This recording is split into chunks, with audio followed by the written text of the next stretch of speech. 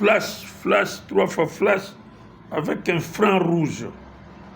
Le défenseur numéro 5, Obama le Poutine de Kinshasa. Obama Mavouba le Poutine de Kinshasa. Toujours présent dans les carrés du chef de l'État pour défendre les carrés du chef de l'État. Ndundu Kumpala. Ndundu Kumpala. Le gardien, c'est lui-même le chef de l'État. Excellence Antoine Félix Tshisekedi Tshilombo, président de la RDC, le décideur. Il est l'unique et le seul chef de l'État reconnu dans le monde entier. Excellence, bonjour Noyangoana, Yatongo. Banakin, peuple congolais, lelo intervention nanga eza pratiquement na lingala langue na biso. Quinoise et quinoise, chers compatriotes, Kabila, Kanambe, Hippolyte, le faux fils de Kabila, le Rwandais, condamné à mort. Naba fait nae onyonso asali ba Congolais. D'abord, pour moi, le défenseur du chef de l'État Nanloba, c'est un espion politique. Un espion rwandais qui est venu nous imposer, nous tuer. Il a tout volé de la RDC. Donc c'est un grand voleur. Kanambe, commandant Hippolyte, Mouyibi Arosaranate. Na mwasi na ye, na ba famille na ye, ba Zoé, ba tata mwasi na ye, osoki Jeannette. Condamné à mort. Donc Kabila, Nazoé Sayo, je t'informe, sentence Bimaki Lobi, ce qui te zouyo à la moindre escarmouche, Mbanamongo Bomayo, on va te tuer. Yoza mutu te soto zouyo na circuit, que tola lisayo na kacho ce qui wabi, non, non, il faut qu'on tue directement, on va te tuer. Tu es condamné à mort. Peuple congolais, to sambela toujours pour le président Nabiso. Ba M23 ya Soudan, bali kotika mboka Nabiso, président Nabiso tranquillité. 5 ans eza parti politique to yebite, eza église catholique. Eza parti politique ya ba Rwandais, ya ba M23 5 ans wana. Tala mabazo sala. Évêque, soi-disant évêque, cardinal, c'est malheureux, mawamingi. Bon, toyeba na biso bino, toyeba bino. Minga olobeza te pona bino, toyebi na biso bino. Vous êtes des étrangers, vous ne voulez pas des Congolais. Bon, continuez combat na bino wana. Ça vous finira très mal. Église basangisa yango te na criminalité oyo bozo sala. Ya mibale misatu ezali que Vital Kamerhe, je crois que procédure yomo comme tout l'oukiango, parce que oya ko déposer candidature na yo malgré ba signature. Au moment que son azali processus, vous allez ridiculiser. Mais avec la sagesse, vous voyez, vous déposez candidature na yo, démission plutôt, au milongol na yo. Mais nous savons, nous sommes dans la politique. La fois dernière, tu étais en France là. Qu'est-ce que tu avais dit aux Français? On dit que vous ne savez pas que vous êtes devant le futur président de la République 2028. On connaît tes projets. Toi, tu n'as jamais aimé le président Félix. Mais c'est le même président de la République qui t'a sauvé. Tant qu'il y a 100 jours. Tu as volé l'argent. C'est connu de tout le monde. D'ailleurs, sois toqué plus loin. Qui t'a sauvé? C'était lui quand même le président de la République. À retrancher, yo, na prison. Ba innocenté, yo, na dossier, wana. Mais tu es toujours contre moi, Namai. Hein? Cela veut dire que je ne comprends pas notre pays est envié par les étrangers. Bolinika a beaucoup de président de la République.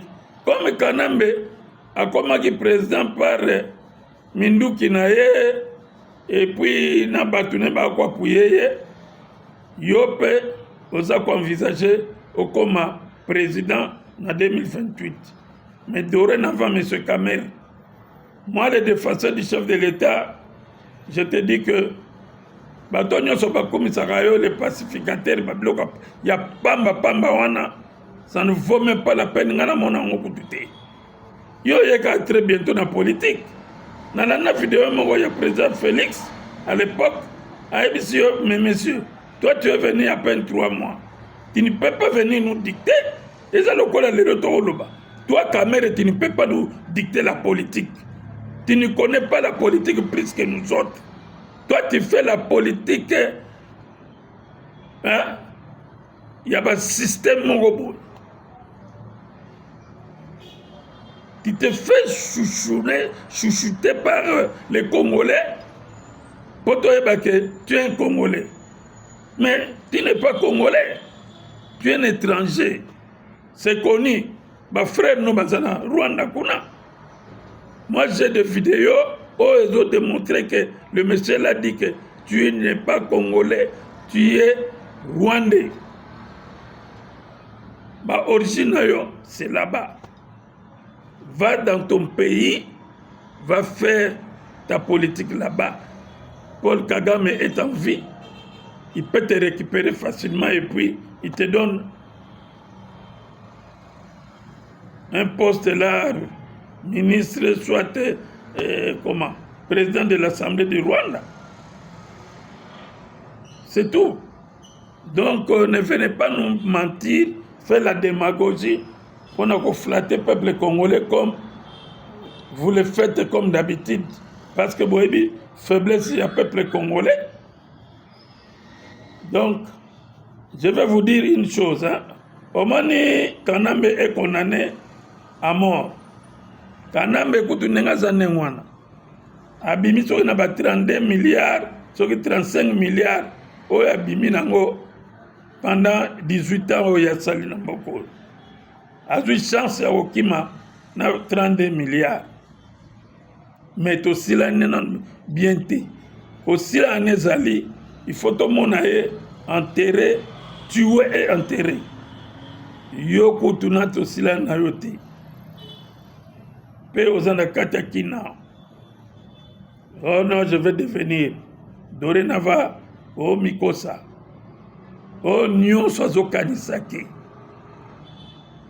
Le président Félix en 2028 à Kangabisaka ou bien à Kei. D'autres baba. Bon rêve. Au moins, tant que vous menacez, tant qu'il ne travaille pas au salaté. Bino ba rebelle, bino ba Kagame. Tant que yo Kagame, aux apeka na pouvoir, Museveni et les autres n'a pas Macron. Le président Félix Ozalaka na pouvoir. 2028, il ne partira pas. Aza toujours na pouvoir. Jusqu'à ce que Kimi Kokota na RDC neto bani ko compter mandat il y a 10 ans. Et je crois que tu vas changer la constitution. Parce que mon demande a pour changer la constitution. Azate, Personne ne peut l'empêcher. Et surtout, yo, Kamer, avec tes prétentions que tu avais pour barrer la route de ne pas changer la constitution, Olinga peut kokater, même si Ozalaki, toujours président et assemblée. Le président de la République est au-dessus de la mêlée, Alinga qui kaka ko changer yango. Peut ko changer yango. 2028, qu'il pleuve, qu'il neige, le président Félix a Kolongwate, il est là. À sa mission, il est là. Il va finir sa mission pour la RDC, na vision agissante et dans la paix durable. Voilà. Donc, au-delà de 2028, on a 2050, akoyi kotika pe tokoki kotika mboka oyo na ndenge kitoko. Donc détrompez-vous, les étrangers, les impérialistes akosa binote ndenge azokosa bino wana ke il va être président de la République toyebi ke alinga fauteuil wana, mais bon, moi je crois que boyebi déjà identité na ye et toutes ces histoires c'est connu du monde entier que ce n'est pas un monsieur qu'on peut faire confiance. C'est un bon voleur. Donc, déjà, Batounae Moebiango. Lui, devant l'argent, il vole, hein? Il prend comme ça. Il prend, donc il n'a pas pitié. Donc voilà, un tel monsieur peut être chef de l'État de la RDC. Je ne pense pas. Vaut mieux un enfant que lui. Voilà. Bon, Nazongi, peuple congolais, toujours dans le cadre il y a Bakor Dil Nabiso. Je crois que le chef de l'État a lobby clairement. Après, c'est la condition que Dil na États-Unis, les alliés sous-soutés. Ça, c'est très bien, président. Je crois que Hollande qui vidéo n'a pas payé. 2, il n'y aura pas de deal tant que Nani paie na STZT. Et puis, ce qui est États-Unis à reconnaître, je ne constate pour vous prouver que nous sommes un État souverain et que vous, les États-Unis, beaucoup de personnes sont commandement, bino barabe. Beaucoup commandé Mboko. C'est notre pays. Nous avons la commande. Nous avons nos obligations. Nous avons ce que nous voulons. Nous sommes les décideurs. Yangwana, le chef de l'État, a décidé. Il n'y aura plus de deal. Ma deal n'a pas ventir. Vous nous avez envoyé un espion de Kagame. Boutros, Soki Boutros, Soki Boutros, Soki Zoba Mokopo. Libanais aventurier Mouyibi, qui est venu nous espionner. C'est comme ça que le chef de l'État, je vous dis, il ne faut pas faire confiance à n'importe qui. Même s'il vient des États-Unis, même s'il venait de la France, même à Outissogi Lola. Non! Il ne faut pas vous déverser à un monsieur qu'on ne connaît même pas. Regarde maintenant. C'est un aventurier, un intrus. Boutros, si c'est Boutros, aventurier de Libanais, bande de voleurs, escrocs. Tu as volé chez nous et tu pars chez Kagame, on te donne l'argent aussi.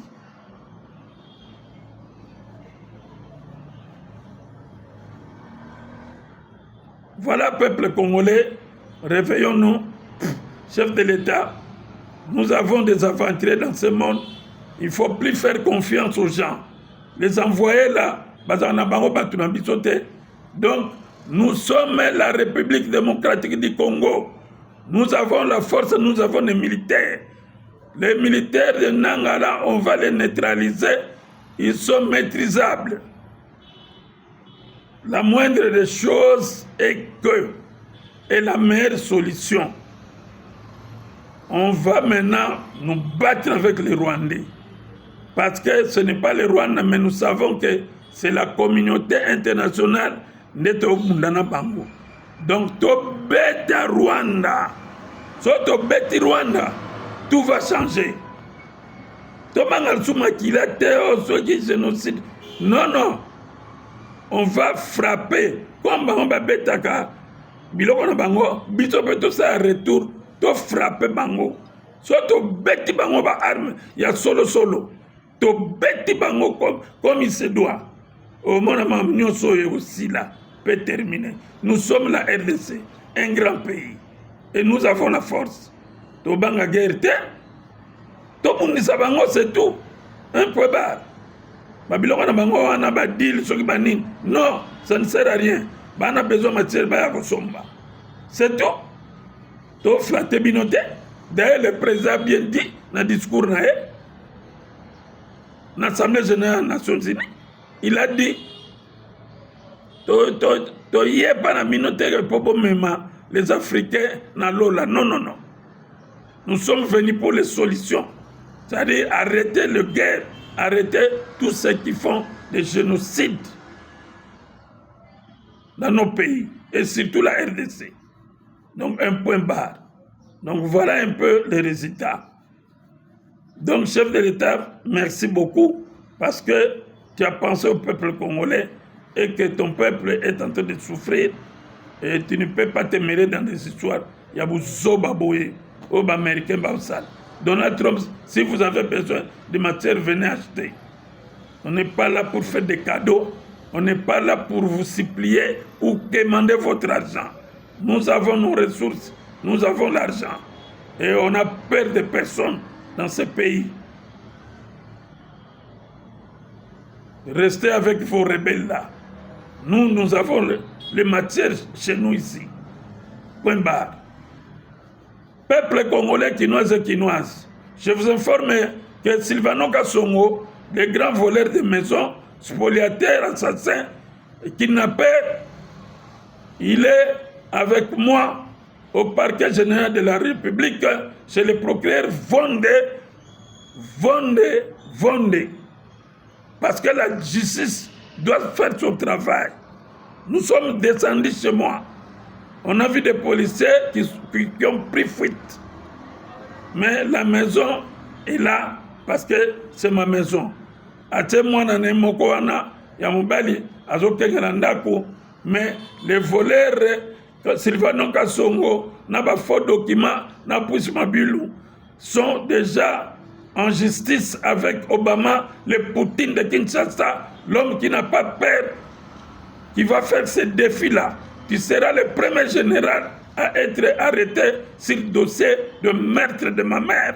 Et puis, spoliateur des maisons de l'État, toi qui voulais spolier ma maison.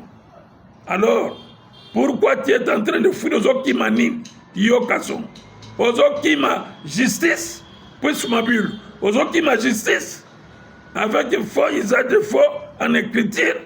Répondez à l'invitation du PG Vonde. Vonde va vous arrêter. Ne blaguez pas avec le procureur général de la République. Nul n'est au-dessus de la loi. Venez répondre à vos actes frauduleux là. N'a pas faux usage de faux en écriture. Sinon, la justice va mettre la main sur vous. Voyez bien, vous n'avez peur de personne. Le procureur n'a peur de personne. Il fait son travail. Que vive la RDC, que vive notre chef de l'État. Et nous donnons à notre chef de l'État longue vie. Nous avons déjà 2 ans à Mboula, nous avons bâti le chef de l'État. Bino peut bosser l'appareil comme ça. So bolingaka ya solo. Abat aux ennemis de la RDC, abat aux adversaires, les ennemis de Félix Antoine Tshisekedi, Tshilombo Fati Béton. Nous vaincrons la vision en flèche agissante. Gloire à Jésus.